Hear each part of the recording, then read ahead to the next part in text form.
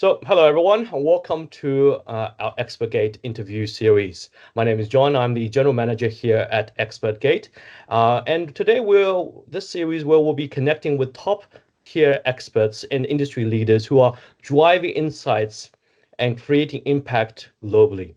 Now, I'm thrilled to be speaking with Saul Eslake here, one of Australia's top leading economists.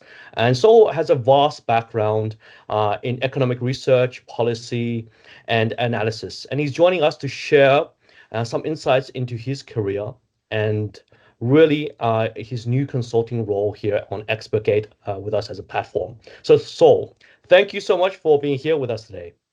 Now, so I'd like to just start off with, could you share a bit about your background and what motivated you to join ExpertGate here on the Well, platform? John, first of all, thank you for having me here this afternoon and for inviting me to be part of ExpertGate. I've been a professional economist for 45 years. When I wrote that for the profile on ExpertGate, it kind of gave me pause for thought that that's a very big number. I started my career, as a lot of economists do in Australia, working in the public sector. I was at the Australian Treasury or Finance Ministry for the first 3 years of my career, after which I transitioned into the private sector and worked as a chief economist at a stockbroking firm, the funds management arm of a life insurance company, one of Australia's big four commercial banks, and for the Australia-New Zealand part of one of the big Wall Street investment banks.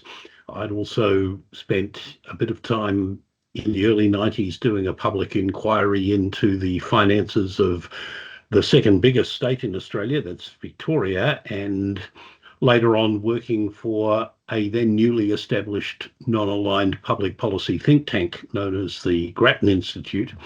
But in 2015, I decided to set up my own consulting business operating out of my home state of Tasmania, which I had always wanted to go back to after spending almost 32 years living in Melbourne, Australia's second biggest city.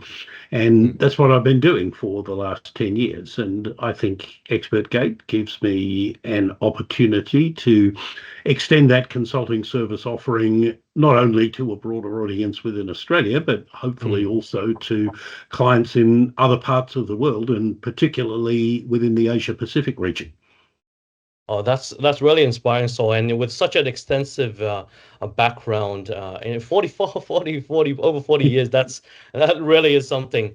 Um, you know, in terms of in terms of your work here in ExpertGate, though, what types of clients are you really looking forward to work with, and how can your expertise help them achieve their goals?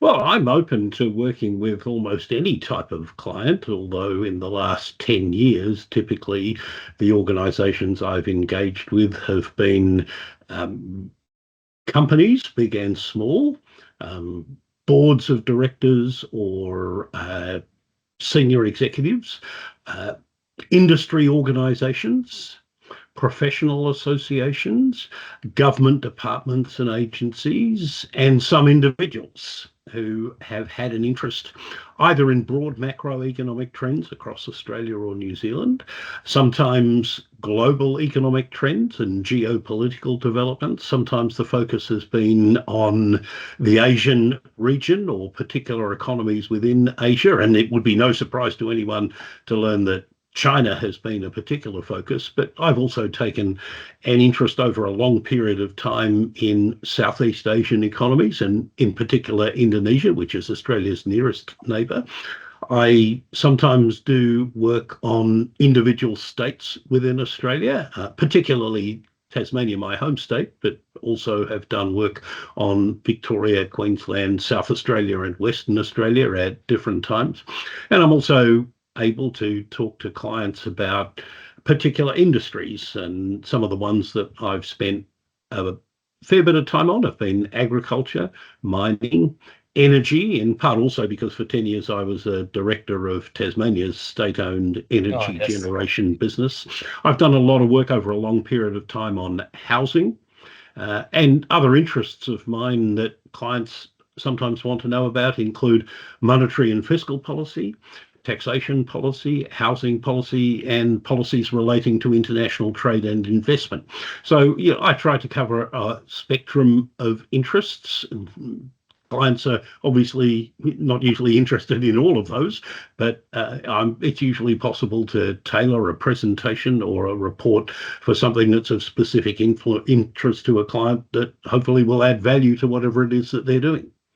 Oh, definitely. Absolutely. I mean, it's clear that your knowledge, Saul, could be immensely valuable for a wide range of clients, whether for touching upon policy and whether it's China or Indonesia and whatnot. But as we look at the broader impact of economic policy, now for us at ExpertGate, at the end of the day, we are a social enterprise. So where we donate 50% of all our profits to furthering education in these underprivileged communities. Now, so for yourself, what opportunities do you see for making a social impact contribution through your work on ExpertGate? Well, already, and for quite a long period of time, I will do pro bono work for what I think are worthwhile organizations, or I'll offer my services to charitable associations and community groups at prices considerably lower than I would charge a profit-oriented or commercial client. As I understand it, ExpertGate are donating 50% of their revenues to charitable causes, and in particular, as I understand it, to furthering education in developing countries. And I've always been a believer in the importance of education. It's something that I've devoted quite a bit of time to advocacy in my home state of Tasmania. But if you look at the course of economic history over, say, the last 150 years, it's pretty clear that education is a major enabler of economic growth and development. For countries that don't have large endowments of natural resources, in many ways, it's the only path to sustainable economic development, because countries that aren't blessed with minerals and energy resources or have unforgiving climates, the skills of their people are really all they have to offer themselves and the rest of the world. And education is incredibly important in bringing out the best of that.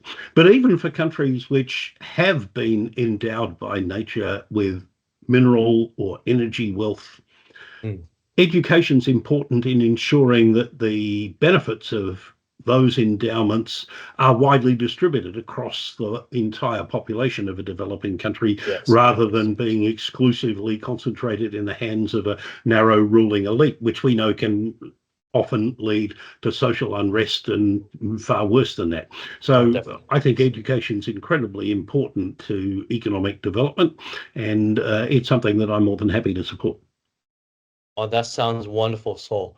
Look, Saul, thank you so much for your time here today and your insights. It's been a pleasure to learn more about your journey and the impact you hope to make through your consultations. Now, we're incredibly excited to see what comes next for you here at ExpertGate, and I'm sure our viewers and potential clients are as well. Now, and to our viewers, thank you for joining us. Keep an eye out on ExpertGate for more conversations with top experts like Saul Eslake. We look forward to bringing you more insights to help you achieve your goals. Thank you, John. It's been a pleasure. Wonderful to have you here, Saul.